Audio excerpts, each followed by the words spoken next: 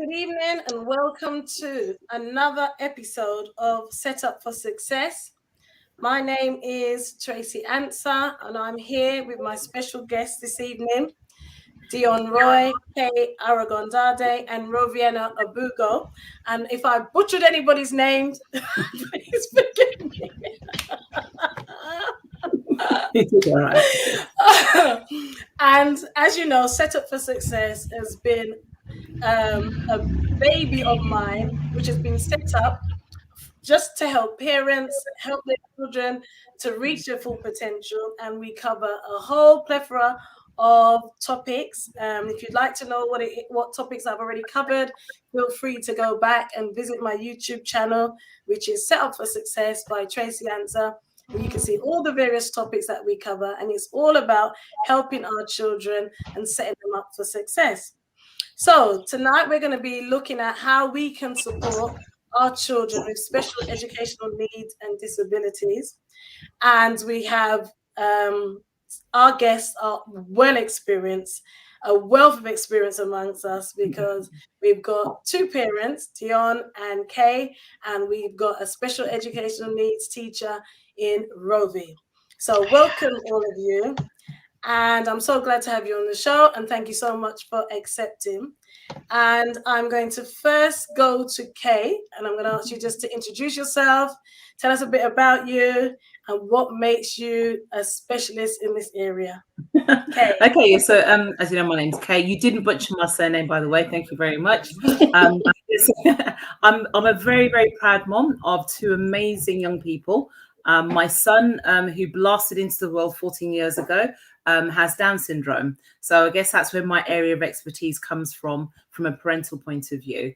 And certainly, and we'll explore this throughout the day, but there's a whole range of challenges that can come when you have a child with special needs.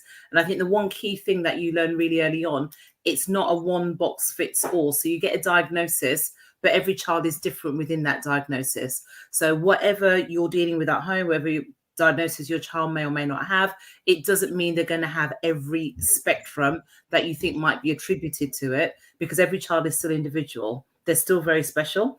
I say my daughter doesn't have Down syndrome, but she's special. So they're all very special, right? They're only very special. But we've had the challenges of EHCPs. We've had the challenges of when we changed house, different local authorities, trying to change the schooling structure.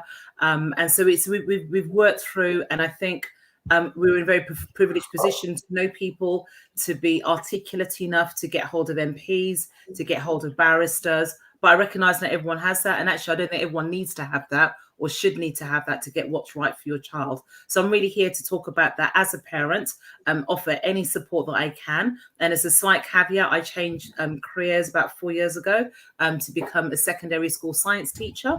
And with a real keen eye and ear out for the SEN department. And certainly during the lockdowns, I reformed how we taught and delivered lessons to our children with additional needs. Excellent. Thank you so much, Kay. So now we'd like to hear from Dion. Welcome, Dion. Hi, thank you, Tracy. So my name's Dion Roy. I am currently a probation officer for the National Probation Service. I have 3 children, 3 girls. The eldest is going to be 18 this weekend, 9 and 5. My eldest one is the one that has experienced the difficulties in school and subsequently had an EHC plan. Shania was born profoundly deaf, but she's excelled and done really well over the years. I think I'm kind of here today just to share my experience in terms of where we were and how far we came. I didn't lean on anybody in the sense to get Shania the help and support that she needed in school. I actually educated myself on the education system and took the borough that we was then living in to court, to the Disability Tribunal, won the case, and subsequently thereafter, I didn't have to fight for as much as other parents may have had to experience over the years. But definitely at the time, it was a very challenging time, just the fact that I wanted Shania to get the right support that she deserves in school, and I wasn't having anyone to tell me no, she wasn't going to get it. So yeah, so I'm here today to kind of support you all in terms of getting you yourselves as well to the space that you need so you can get the best for your children and their education. Brilliant. Thank you, Dion. And then we have our resident special educational needs teacher in the house, and that's Rovi. Welcome, Rovi. Hello, everyone. Thank you for having me, Tracy, and I'm so glad to be here. Tell us a bit about your journey. I just newly qualified as a teacher with the special needs flavor to it, because I have always been fascinated about children or even adults who had special needs. And I seem to be attracted to them and they to me. And if I walked into a gathering, I will be the first one to have all the unique, specially talented and gifted people around me.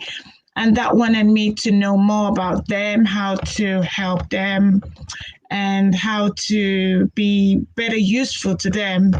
And that's led me to going back to the university to qualify as a teacher. But I made sure I found a university that had the special needs pathway with the primary education. And I've been teaching for 2 years, and it's been incredibly hard, but amazingly beautiful. And I am so glad I'm doing that. Brilliant, brilliant, brilliant.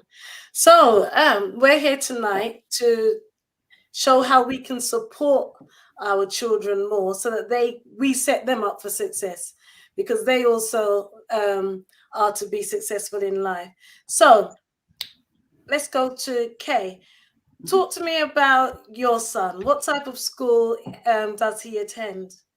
Yeah, so the first thing I would say about Alex is that anyone who, I think Robbie as well, you definitely gravitate towards Alex. Alex walks into a room, everybody knows who he is by the time he's left. I've been in the supermarket and people go, there's Alex, and I haven't got a clue who these people are. He has the most wonderful, gregarious personality. You think I can talk? He's way more than I can, and he just has this amazing spirit about him.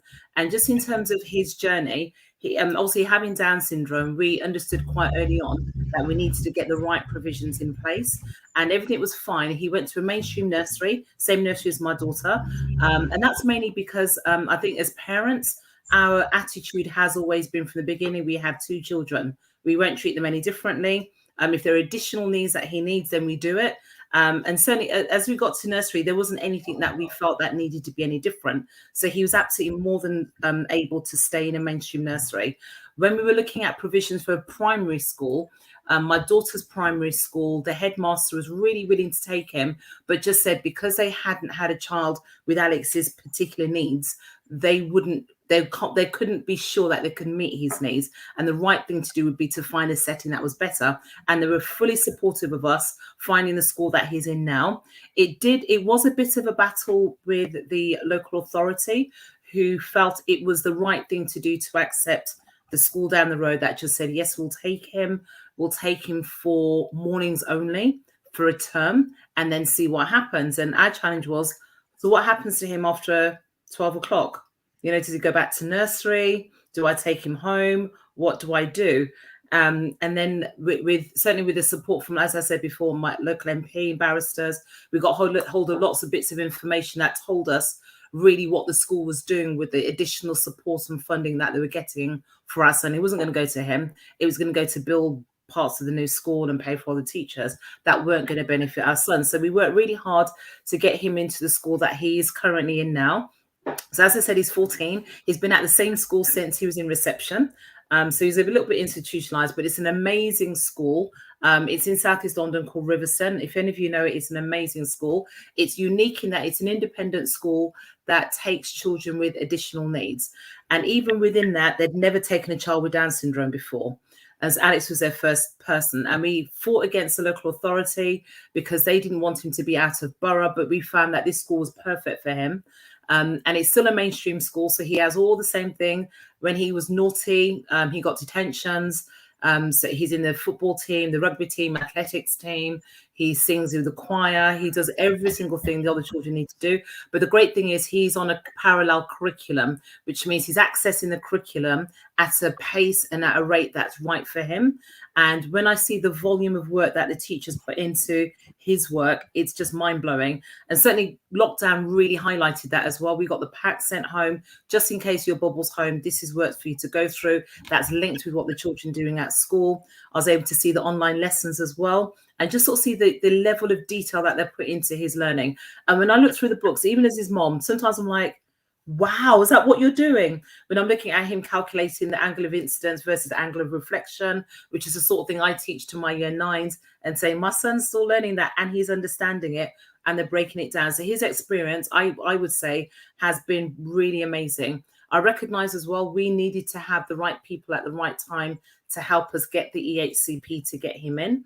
When we moved house, again, another local authority picked up his statement. It was a statement before his EHCP. So the statement that they hadn't changed it since he left nursery.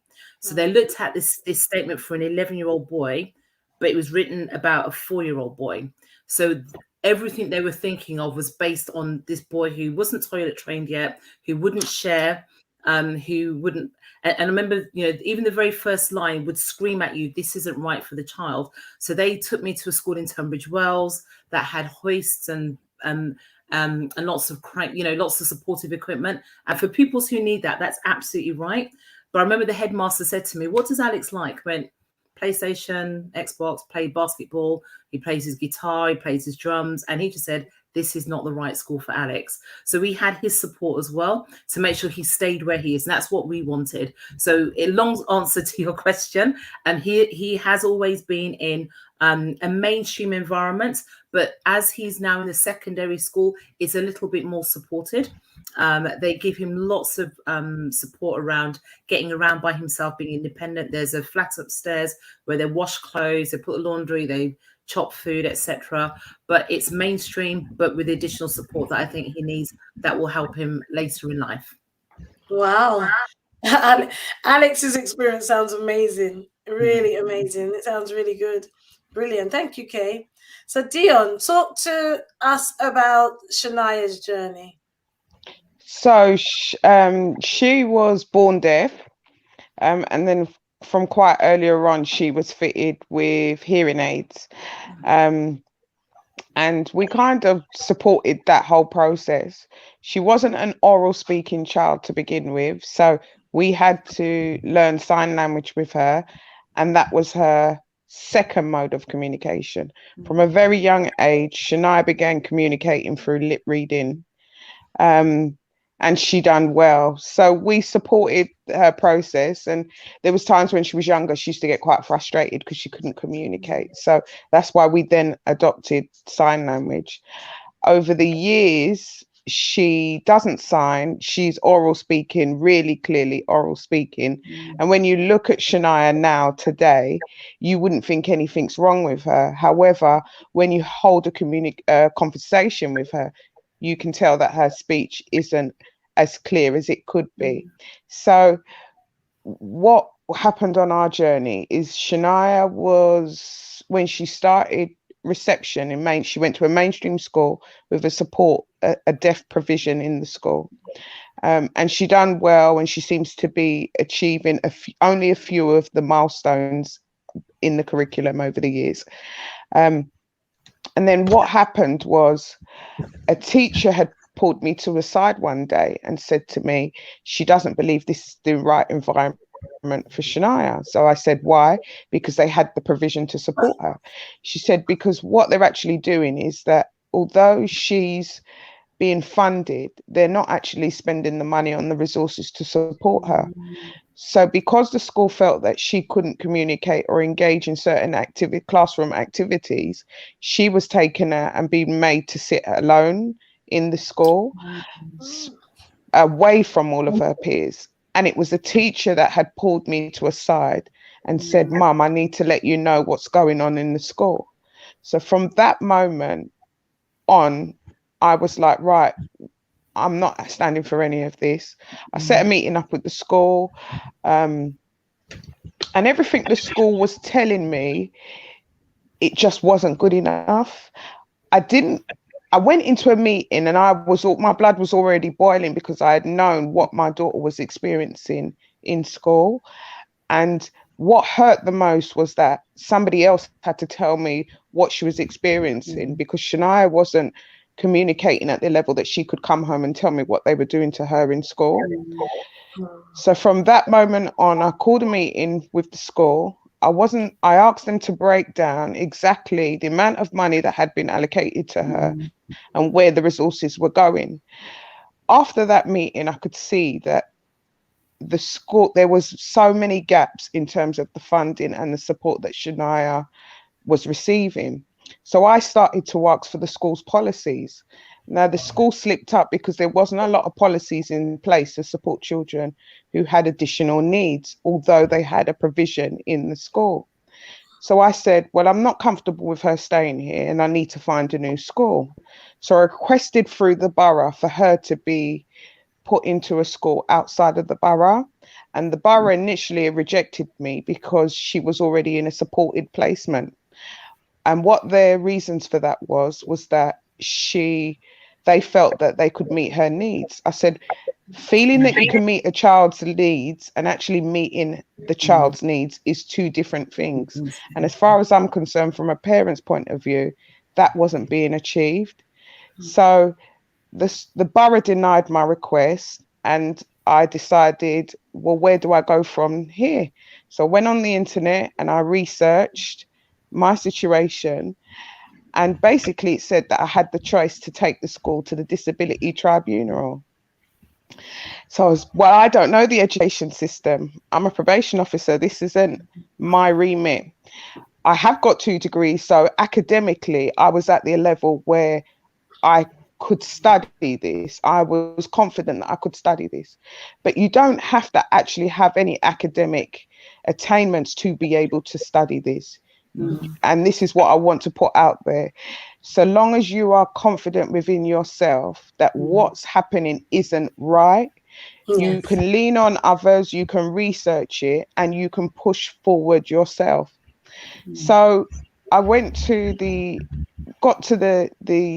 I consulted a member of an officer at the NDCS, National Deaf Children's Society, and they advised me on what I could do. I took that information and I applied through the disability tribunal, and I presented my case. I was unrepresented, and I put all the facts forward to the judge. And the judge said to me, well, Miss Rowe, we can't make a decision now. This was just before the end of the summer term. I'm going to need the holidays to go through all the paperwork and to challenge the school further. During that whole process, when the school attended, their representation from the school attended, there was nothing that they could say that actually justified the level of treatment that Shania was receiving in the school. So on the basis of that, I won my case. So once I won my case, they then said, we will now use all of the funding that is allocated to Shania to support her in the right way. Please keep her in our school. But that wasn't enough for me. I wanted her out. I had found a school which was in a few boroughs away. And then the next fight was, we live in East London, the school was in North London. They wouldn't pay for her transport. And at the time I was working full time. So I was unable to transport her to school and pick her up and still be able to work. So again, it was a concern that I had raised with the judge at the disability tribunal. So at the end of that outcome, the case, the judge called me and said to me that he was proud that I'd represented myself in such a way. And he had actually granted Shania a place in the school that I wanted her to go to. And also the borough that we lived in was responsible for transporting her there and back too. Okay. So that was a very successful outcome. Throughout the years, I mean, they call them EHC plans now, but back then Shania had a statement. So I remember one of the things in the schools that they were saying that they wanted Shania to go to a deaf school. So she would board there in the week and come home at the weekends. And I said no. She was at the time my first and only child, and I wasn't prepared to let her go. And I just needed to ensure that she could be supported in the right environment locally to me, so that I could still maintain that connection with my first child. Shania is going to be 18 on Saturday. She's done extremely well in her early years. She's just finished college, and she's been estimated a distinction. Over the years, she's done really well. Shania's that child that likes to always be out. She doesn't see herself as having a disability, because I suppose for me, raising her, I've never made her believe that she is anything different apart from just a young child. But she's so confident, and she's doing well. But, you know, now she's had a cochlear implant, 2 cochlear implants. So in terms of her hearing, it's 100% now. She's doing amazingly well. But that's just because I just wasn't I didn't understand the word no from anybody. Brilliant, excellent. So you talked about, I've heard this word flying around, EHCP. So how easy or how hard is it for a parent who feels their child needs, if they feel that their child needs an EHCP, how easy or how hard is it for a parent to obtain one of these for their child? It can be very hard. It can be very hard. It also depends on how noisy or how troublesome the parents are and how demanding they are.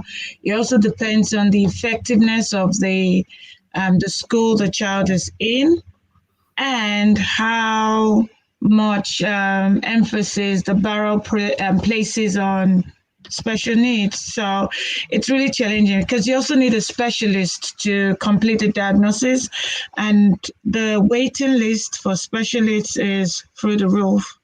So most people opt to go private, and private is, as you know, very expensive. I have a few psychiatrists as friends. My husband is one, and to have a diagnosis of autism, the cheapest you would get is probably £1,000 privately.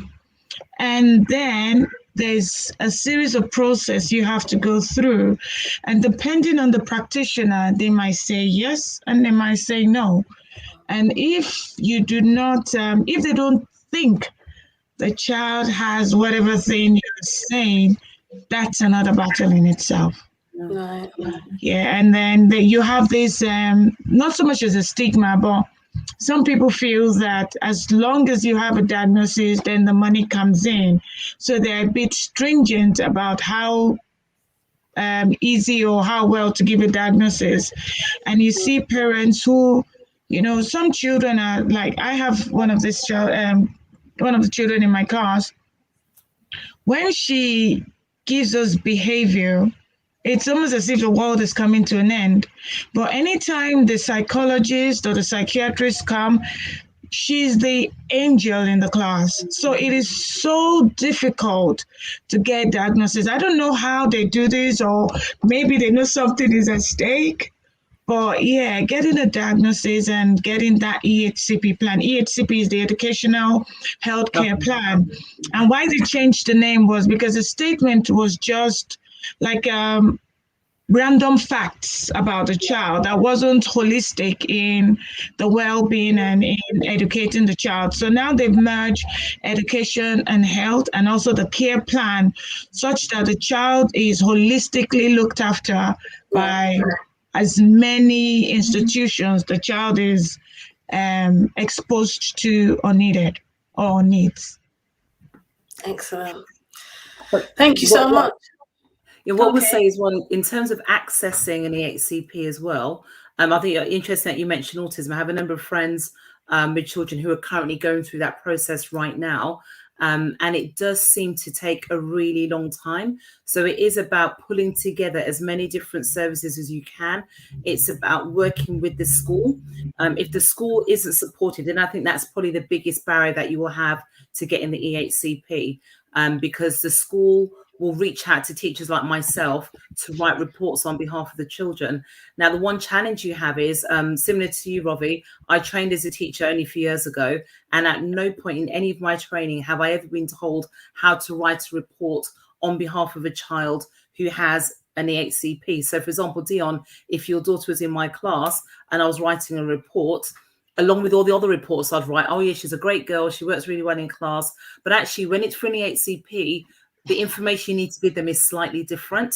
You need, the teachers need to think about, all right, what happens on their worst day? What's a challenging situation? What happens when that child isn't able to access, or they're feeling frustrated, or they're feeling tired? And those are things that you need to have in there. And I think, unfortunately, as educationists, if we're not taught to do that, we're not going to be writing documents that are going to support and help the very children that we know need that help. What I'd also say as well is, for parents, it's about in terms of the stigma, I always say to parents that if your child broke their leg, you wouldn't sit at home and not want them to have a cast on their leg. You'd want them to get whatever they need to get to help them. And I think that's certainly something that is maybe truer of people of ethnic origin, that we don't want to own the fact that maybe our child does have something that needs a bit more support. But the problem is, the longer you leave it, the harder it is to get that EHCP, the more people that need to be involved, and the longer it takes for your child to get the support that they actually need. And then one thing to add on to it as well, not only is it just a document, it's a legally binding document that lasts with that child post-school. So it's a document that is absolutely, it's cast iron. And certainly from our experience, because we had it set up very early on as a really good statement, so he got a full 31-hour statement initially, that translated to an EHCP plan that meant he now gets he's had the same TA since I think year 5 and is year 9 now. So that's something that we find is a real blessing. But we know that doesn't always happen, but it's about having that continuity of support for your child and having TAs who really understand how your child works. Because if the TA knows how your child works, they will help inform the teachers that need to help your child in a very specific way that they need the help. But what I would say to anyone listening, if you think your child needs support, don't delay, don't wait. Start reaching out. You're right, the education psychologists, it's not impossible, but it's a long wait to get it. But don't stop. Make the noise. Make them think that your child is the most important child in the school, because they're the most important child to you. Because unfortunately, we live in a world where there are lots of challenges and priorities. And I think unless your child is brought to the forefront, they're going to let them go. And Dion's experience is a really sad example of that actually, all right, fine, we'll get on with everything else and let's leave her to the side. But actually, because she made a lot of noise, she got things changed and she got things right for her child. And I would encourage everybody to do the same thing. And I'd like to come in there. I think for me, we initially went to the doctor, so we knew she would need support anyway, but a lot came from very earlier on. I'm talking nursery stages, where we could see that she wasn't doing some of the basic things that a normal child her age would be doing. So we started off with the doctor, and it was just on and on. This is not right. I need you to look into it. And at that stage, if you look at the early years stage, there's a lot of referrals that the doctors can actually do to support you. So they can get referrals done. They can refer you to places like psychologists for them to assess your children. They can refer you to therapy, speech therapy, again for your child to be assessed from very earlier on.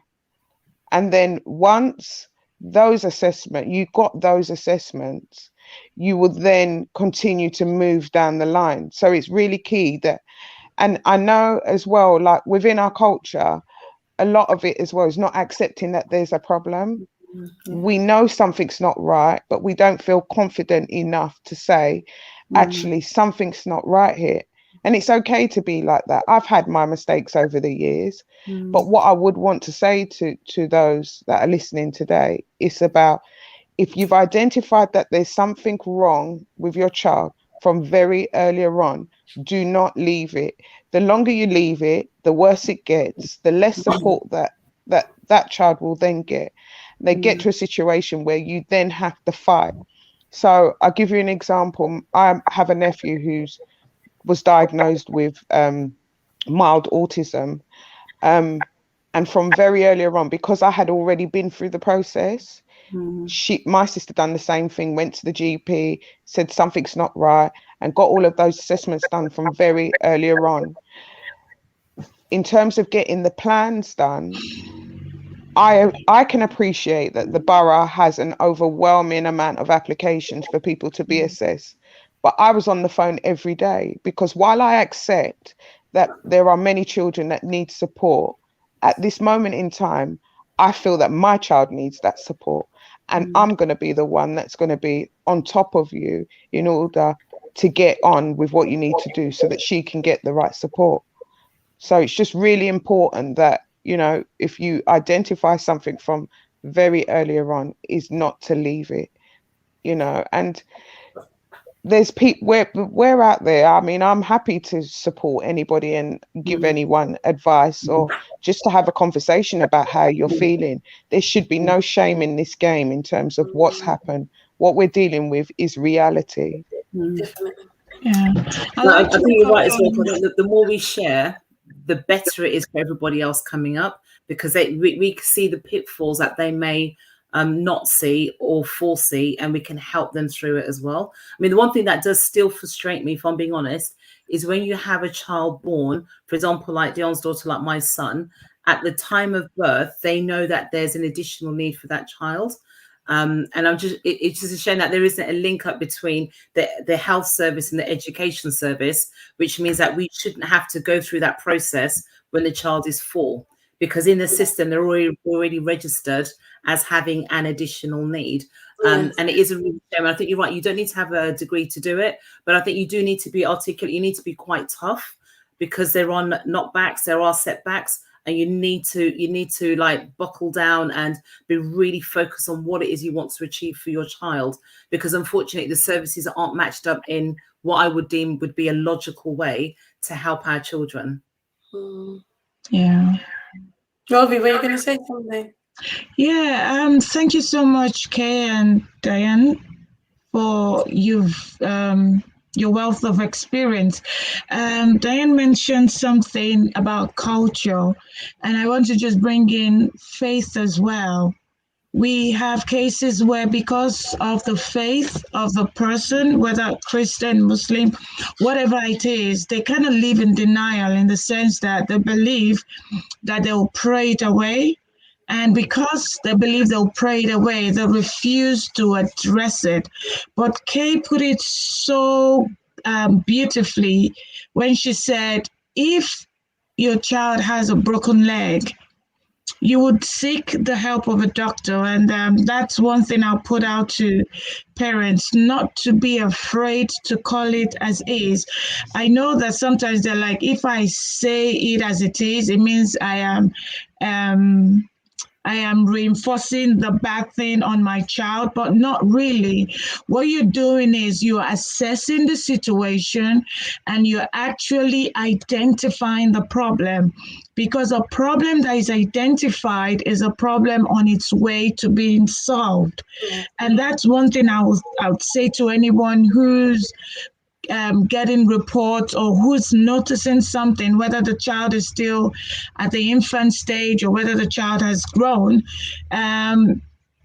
It's nice. A woman's instinct. I know dads also have instincts, but a woman's instinct usually are very important and not wrong. So if you have an instinct that something is not quite right, like Diane and Kay said, seek information. We have what we call developmental matters, and it's a chat where you can track the growth of a child at certain stages of their age and their development.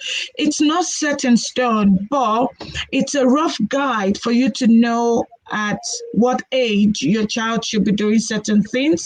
Also, the way your child interacts. Do they like being on the run? Are they always like treated ostracized as a word? Do you feel that they can't seem to blend in with the other children? Do they have repetitive behaviors? All these are indications. Do they like certain foods? Do they not want to eat food? How is their behavior with their peers, in class, in school? Are you always getting calls, come and pick up your child, he's done this, done this, has done this? Do they have behavioral problems? Are they physically challenged? Whatever it is, if you can notice it, then you can cry for help. And usually, once there's an early identification, it's easier to avoid lasting problems. Thank you, Robbie. Thank you, Kay, and thank you, Dion. I mean, you've shared something so insightful, because as a teacher, I know that we faced exactly what Robbie has said. You know, trying presenting something to a parent, and then for a parent to say, well, it's something we'll pray about, it's something we'll discuss with our pastor. You know, would, as you said, Rovin, as you said, Kay, would you discuss a broken leg with your pastor?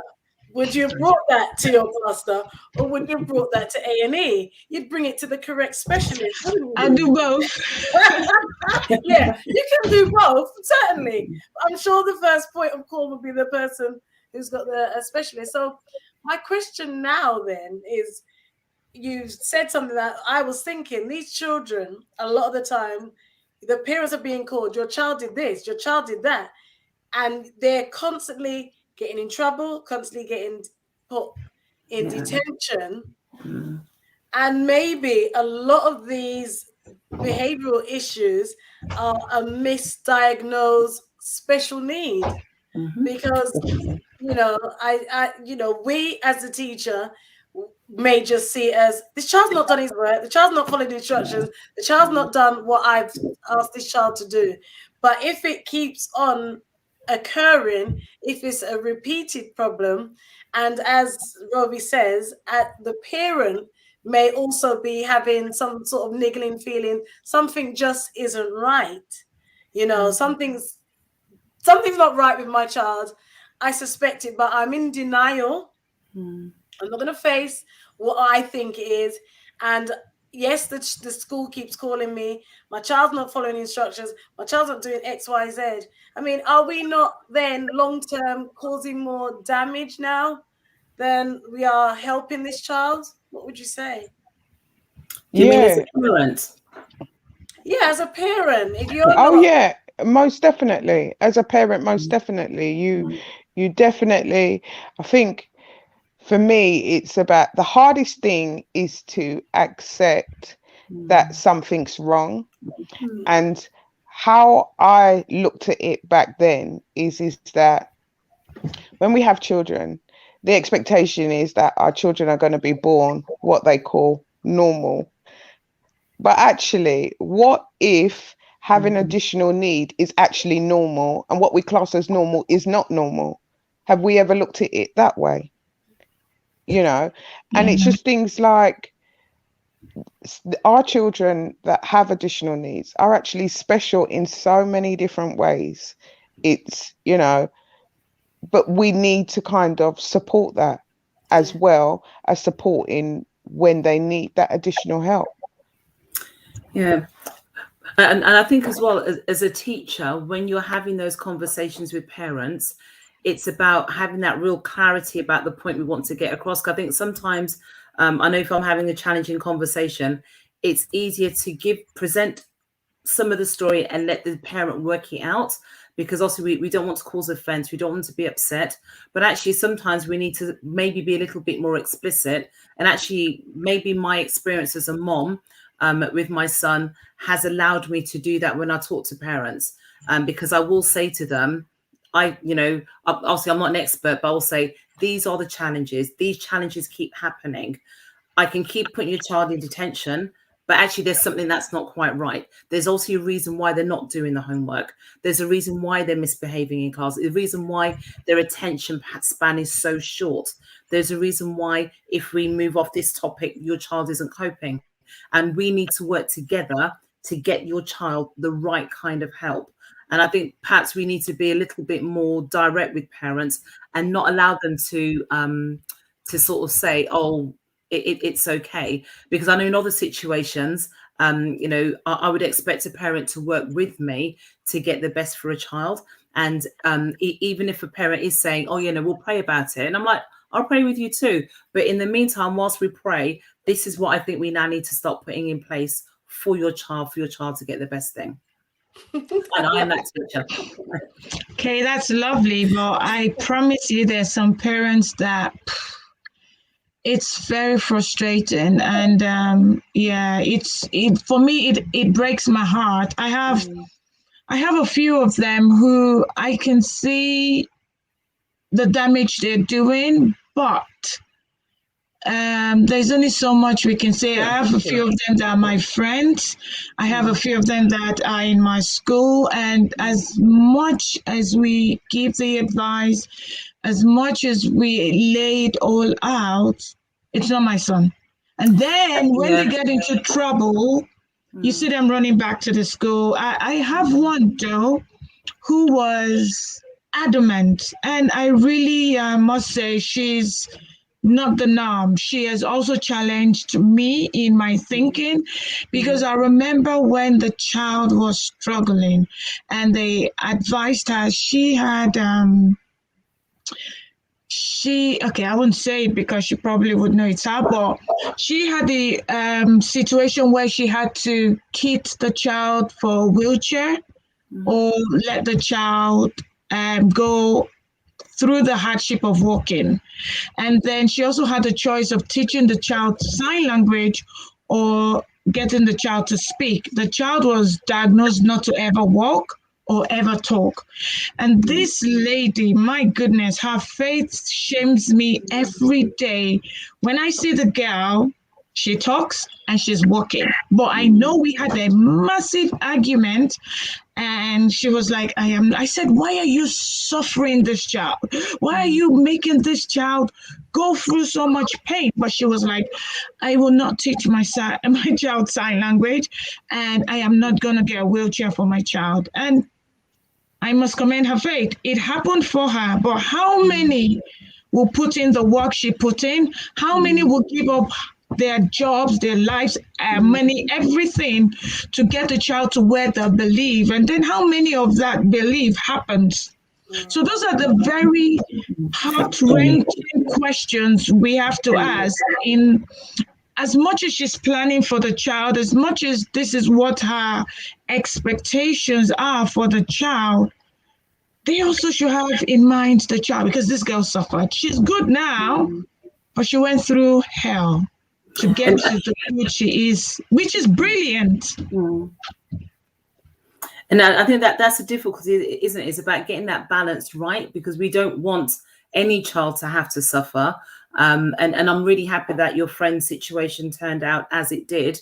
But we don't want any child to suffer unnecessarily, which is why these things are in place. And it's about letting all parents see, if this doesn't happen, then that doesn't happen. We've all had, we're all parents. So, I know certainly if I held my children in my arms every day at their ages now, they wouldn't be able to walk. Because there's something that you need to do to support the parents, to support the child, sorry. And I think the key thing is to keep the lines of communication open, as you obviously did with that parent there as well. It's about, to me, it's about talking to the parent. It's about, all right, find out where they're coming from, understand what their worries are, because often it's a fear, isn't it? It's a fear of the unknown. Trust me, when the consultant told Alex was a week old, is about 5 or 6 days old, when we got the diagnosis, he had Down syndrome. So all throughout the pregnancy, he had problems with his heart, which meant that I had loads of scans every week. I had to go up to get a scan, to the point where I was just like, I'm done. Seriously, I'm fed up with the scans. But every time they scanned him, like, no, it's just the heart problem. And when he was born, they did loads of blood tests, and then they found out actually he had Down syndrome as well. So so for me, it was hard to hear that. It felt like someone had taken cricket balls and smashed every single window in my house, because you have an expectation for your child. But actually, really quickly, I had to get on board with the fact that, okay, fine. And I never forget the consultant who gave us his diagnosis, I think set us off right. He said to us that you've got a lovely family, you've got a daughter, you've got a son. Your daughter might not be a brain surgeon. Your son may not be a brain surgeon. Go and enjoy your family. And actually, I think that was a right pitch for us, because it wasn't about, oh my gosh, he can't do this, he can't do that, he can't do that. It's just about, let's see what he can do. Let's get the best out of this child. So yes, he has Down syndrome. Yes, he has speech and language delay. I would say for him, other than that, that's probably all he has. He was in a WizKid video last year. He played tennis, and Andy Murray came to watch him play tennis last year. He does all the things that a teenage boy would do. He's full of life. And I guess because I've been able to work with the support from the school, getting all the support that he gets from his EHCP, he's now able to be the young man that I believe he was always destined to be. And that's all we can ask for these children. And you know what, one of the words I don't like using is normal, because what is normal anyway? You know, I'm a little bit crazy. We're all a little bit mad. We're all a bit different. So I just think for each individual child, it's about making sure they're able to achieve what they can. And that's what our thought is as parents primarily, but with a support network of teachers, educational psychologists, occupational therapists, teaching assistants, school, local authorities, working together to get the very best out of our pupils. Brilliant. So, Rovi, I've got a question, because somebody posted a question to me before coming on this show about Sunday school and children's ministry. So obviously in Sunday school and children's ministry, you're not going to get any specialist training in how to deal with children with special educational needs. So I know this is like a quick 3-second teacher training exercise. So imagine we've got Sunday school teachers or people working in children's ministry, and they just want to know what sort of things can they incorporate in their lesson if dealing with any children. I know it could be a whole plethora of needs, but any quick suggestions. And if Dion or Kay would like to join in afterwards as well. So Rovi, what could they incorporate in their Sunday school lesson to help any children that come into their class? Thanks for the question, Tracy. The first thing I would say is, one, they should think about space, because depending on the needs of the child, they will need a time where the stimulation is too much and they want to like downtime or quiet time. So they should think of a space where it's not too visually stimulating or too loud, or just a quiet space. That's one. Two, for the lessons, it should be interactive. We have the sensory and the physical as well, whereby it's not all about teaching talk. The children should be able to play, they should be able to touch, they should be able to feel. So for example, if they're teaching about Noah's Ark, they should have water where they can sprinkle it. They could have like a bowl with the animals in it, and like a bowl, as long as it's putting together all the senses. They can smell, they can see, they can touch, they can hear. Then it makes those lessons more entertaining and interactive, and they would remember it more. But more importantly, it brings in play. And with play, you can cut any barrier as however deep or however wide, because the language of children is play. And that's why I love to play. So if you want to really be an effective ministry, you must be able to bring whatever gospel or teaching you're doing into play, and thereby you not only be meeting the need of a child to play, you also be giving them something. Brilliant. Thank you so much. But yeah, and also what it could include or look like is have a conversation with the parent. Have a conversation with the parent in terms of, what does your child like and what doesn't your child like? What are they interested in and what they're not interested in? And Yeah. actually, by just having a simple conversation, because the parent will be able to tell you everything. Yes. You may just be incorporating quite minimal stuff into what's already there. You would be surprised, because That's people true. think that children that have additional needs need so much more to interact with other children, to function on a daily basis. They don't. They're actually interested in the same things as, children without any additional needs. So just have that conversation with the parents in terms of what they like and what they don't like, and you'll find you'll probably not even have to incorporate that much. Just slightly tweak it a bit so it's inclusive of that child that requires the support as well. Brilliant. Thank you. And I completely agree with you. It's about just asking the question, and just engaging with the parents. So I know certainly as my son's gone up through different classes in Sunday school, the ones he's enjoyed the most, the ones where the teacher has asked us, what does he like? And they haven't gone to great extents to do lots of things differently, because it wasn't necessary. The one thing I would say as well, though, similar to what you've mentioned about before, was that particularly in church setting, we have culture that doesn't always understand different, additional needs. So if children, I know I've seen in our Sunday school that are autistic, that behavior is often interpreted by Sunday. Remember, Sunday school teachers aren't trained teachers, so they haven't gone through all the training, but they can interpret that behavior as just being naughty, and that child can be chastised in church for just being themselves without that real understanding. So what I would say is, if any church body is there, see if you can get in touch with a company who can come in and deliver actual training on how to manage particularly children with autism, on the ASD spectrum, children with different forms of learning difficulties as well, because then it would just equip you better as a Sunday school teacher to teach all children who come into your classrooms, and not chalk up that behavior as just being naughty. Because again, I've heard it with my own voice, why you can't sit down, why you can't do this, why you can't do that. And actually it's without recognizing that child genuinely can't. That length of time is too much for that child. That child needs a break. That child needs an activity. They need to be more involved. So I think the training is really important too. Brilliant. Thank you. It's also said that for every behavior, it is a form of communication. So that's one thing I look out with my students. Immediately I start observing a behavior, I start to think, what are they trying to tell me? What is going on? And that's one thing I will always say to anyone working with special needs: assume connection and always observe. That's one of the biggest strengths that we have in my class. We spend quite a lot of time observing the children. We spend quite a lot of time going through the documents to know who they are and to know what makes them tick.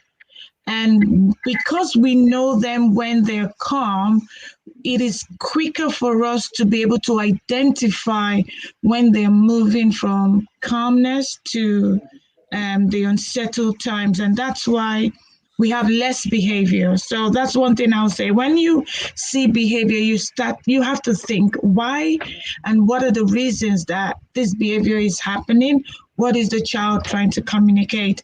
I remember one time my daughter's teacher told me that she was teaching her and my daughter turned her back to the teacher. So when I go home, I said to my daughter, what's going on? Why did you turn your back? And my daughter said, I was bored. And I said to the teacher, she said she was bored. The teacher was shocked. Well, I think the teacher upped her game and my daughter never turned her back. I did tell her off. I did say, you're not supposed to turn your back. She actually, they were sitting on the carpet and she turned. The teacher was like, why did you do that? I said, I'll find out. So sometimes it's either like Kay said, they've been sitting too long or they're tired or the label of their jumper is itchy, or it could be anything. And it could just be a need they have to do. So yeah. So we've talked a lot about the school. What about the home setting? Um, how can, as parents, how can we support our children? Do you feel that there's things that we could be doing at home to set them up for success? Yes. Yes, yes, Yeah, yes. most definitely. I one of my biggest challenge is parents who are only focusing on the now and not thinking about the future. I have certain parents who, when the child throws a tantrum or maybe flips a table or chair, they go like, "Oh, it's cute," and I'm like, "No, it's not cute," because if they don't put boundaries in and help the child learn whether it's an emotional regulation or whether it's tidying up after them or whether it is treating people with kindness or whether it's being courteous. Once the child gets to adulthood, they then become triumphs. I know, yes, we have special needs, but special needs doesn't mean that they can't do certain things. I have certain parents or friends who they're still babying the child and go like, "Oh, it's still little, oh, he's still small." And then the child grows up and they can't control the child because the little boundaries that the child needed were not put in place. I have some who go like, "I can't put a train now because I don't want them to wee on my carpet." And I'm like, okay. But you don't want a 40-year-old child to be, so I guess it's either overprotecting the child. And I have some who allow the children learn helplessness. So that's one of my biggest challenge, stripping the child of learned helplessness, where, they can go, "Roviano water." I'm like, "That's not my name. Roviano water. What are you saying? Can I have water, please?" "Yes, you can have water. It's over there. You need to get up and get it." But some parents, not all, they are so like, I don't know whether it's like a guilty conscience or maybe they feel that it's their fault and they do everything for the child and then the Also, child learns to be helpless, whilst the child has quite a lot of capabilities that they can do. So that's one thing I would say, that like stretch them a little bit, Yes, encourage them to yeah, do more. definitely. And I I think the think thing I like, you sorry. tend to spoil them. You may find yourself, there's probably parents out there that do have kind of like a soft side to the child who has the difficulties. And that is okay. I'm guilty of doing it. Sometimes I might back off of my daughter, but I've got 3 now. So over the years, I wasn't that parent that let her get away with anything. So there's always been boundaries in place. um she's a young girl. I was raising her to become a young woman, and there's a certain way that she needed to carry herself through life. There's certain things that she needed to achieve at certain stages of her life, and despite her disability, she was always going to achieve that. But boundaries have always been in the place. I remember when she was quite young and I used to tell her off, and she used to switch her hearing aids off so she couldn't hear me. And I used to think, why isn't she Oh my responding goodness. when I'm talking to her? She wasn't responding. And then one day I looked and she had switched them off. So she was actually out trying to Smart outsmart me. girl. But with my all of my children, regardless of what your additional need is, and my other 2, there's nothing, they don't have any additional needs, but they've all been raised the same. Yeah, regardless of what's going on for you, this is the way you need to act and behave. And that is really important. But there are times, and that's works for me.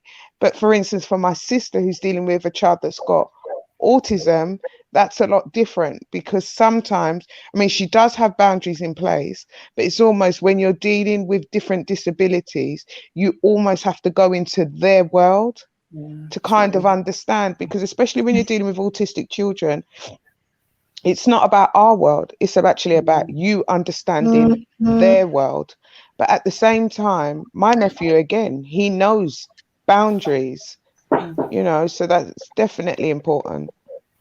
And what like you said as well is about future proofing them. We've got to make them independent, and that as independent as they can be, and that's definitely been our thing with our son.